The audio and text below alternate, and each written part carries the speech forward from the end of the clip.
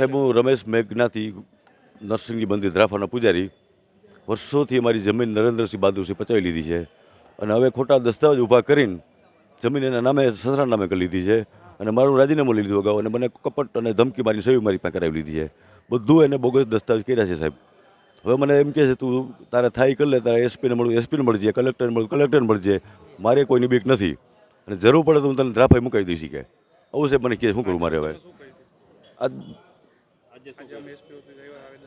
ના મને કીધું સાહેબને તો મળો વાઘેલા સાહેબને એને આવેદનપત્ર આપતા હોય કે કેટલા વીઘા જમીન છે? જમીન સાહેબ 36 વીઘા કેટલા વર્ષથી એને કબજો કર્યો? એની પાસે છે છેલ્લા સાહેબ 60 વર્ષથી.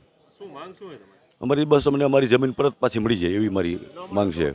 ન મળે તો સાહેબ અમે આત્મવિલ ઉપર આખું કુટુંબ કરવાના છે. અમે 8 થી 10 જણા છીએ અમે કુટુંબના. જો અમને ન્યાય નહીં મળે તો અમે 110% આત્મવિલોપન કરશું અને એના જવાબદાર સાહેબ ગવર્મેન્ટ રહે.